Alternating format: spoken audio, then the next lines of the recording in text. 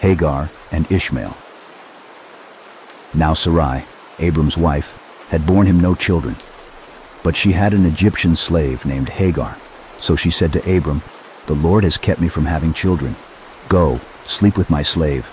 Perhaps I can build a family through her."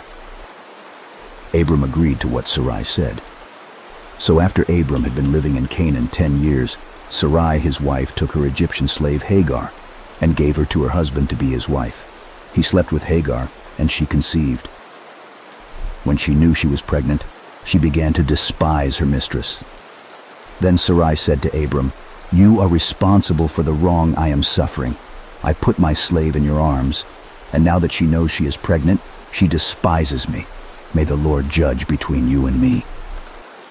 "Your slave is in your hands," Abram said. "Do with her whatever you think best." Then Sarai mistreated Hagar, so she fled from her. The angel of the Lord found Hagar near a spring in the desert. It was the spring that is beside the road to Shur. And he said, "Hagar, slave of Sarai, where have you come from, and where are you going?" "I'm running away from my mistress Sarai," she answered. Then the angel of the Lord told her, "Go back to your mistress and submit to her." The angel added, "I will increase your descendants so much that they will be too numerous to count."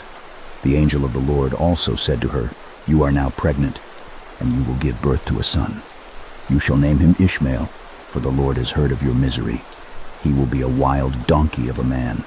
His hand will be against everyone, and everyone's hand against him, and he will live in hostility toward all his brothers." She gave this name to the Lord who spoke to her. "You are the God who sees me," for she said, "I have now seen the one who sees me." That is why the well was called Bir Lahai Roi. It is still there, between Kadesh and Bered. So Hagar bore Abram a son, and Abram gave the name Ishmael to the son she had born.